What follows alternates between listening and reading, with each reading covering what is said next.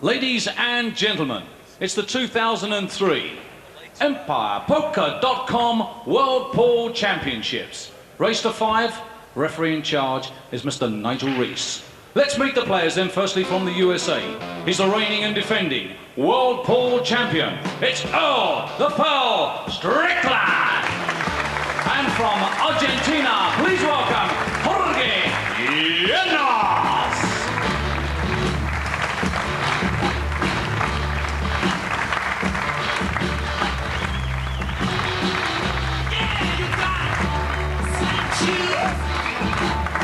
Earl the Pearl Strickland against the Argentinian ace. Which way is it going to go? We'll find out with Steve Davis and Jim White. It's a long ways to come from Argentina to face a daunting task like opposing the reigning world champion on the main match table. He'll be able to tell everyone about this encounter, and what an experience for Jorge Llanos. And he's won the lag. Llanos wins the lag. I have to confess, Steve, I haven't seen Jorge First play lag, at all. I've seen him race on the to 5, practice tables out there. alternate breaks. Llanos to break. No, I haven't seen too much of him play. He's not doing too badly in his league, but he needs to get a good win under his belt, and this would be a very good win to beat the world champion. Solid break, controlling the cue ball. Looking down the table to see if he's got a shot on the one, and he has.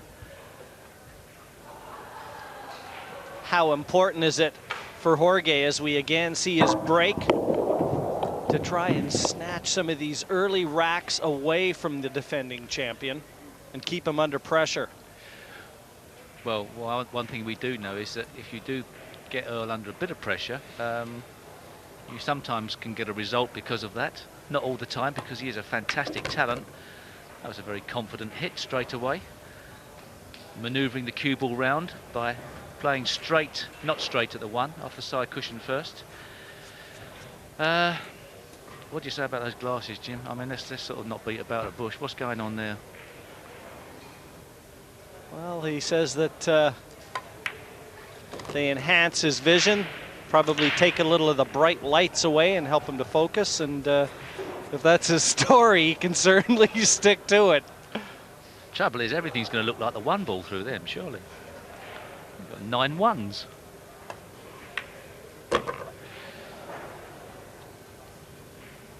It will stop the glare, that's for certain. The only thing I would say about it is that if those glasses aren't, from an optician's point of view, if they're not perfect lenses, oh, that's a bad shot. A bit of nerves to start. If they're not perfect lenses, then you could get some type of distortion. The ball's not looking totally round. A lot of people that play with glasses say that is a problem if they do play with them. So he's obviously got to probably have played with these before this tournament at least. Well, Earl just tucking in his golf shirt just to make sure he doesn't foul, but that's a glaring mistake from Llanos, and Earl's going to want to capitalize on it.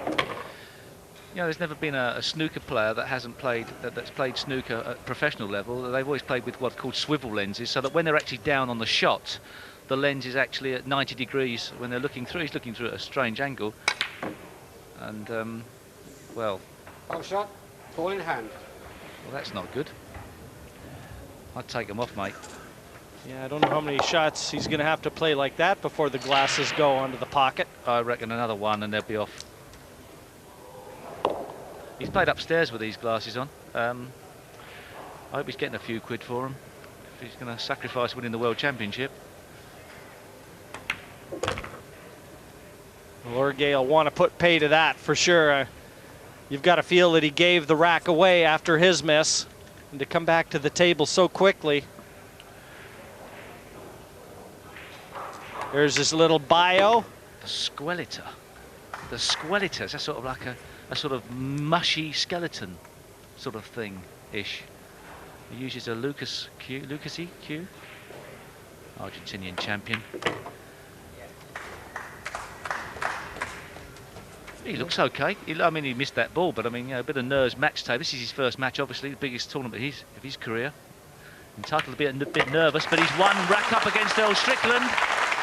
Earl Strickland to break off. Alternate breaks. And Earl can ill afford to give a match away to a player like Jorge Llanos. I think one of the keys to proceeding through your group and into the elimination rounds is we see this horrific miss from Strickland.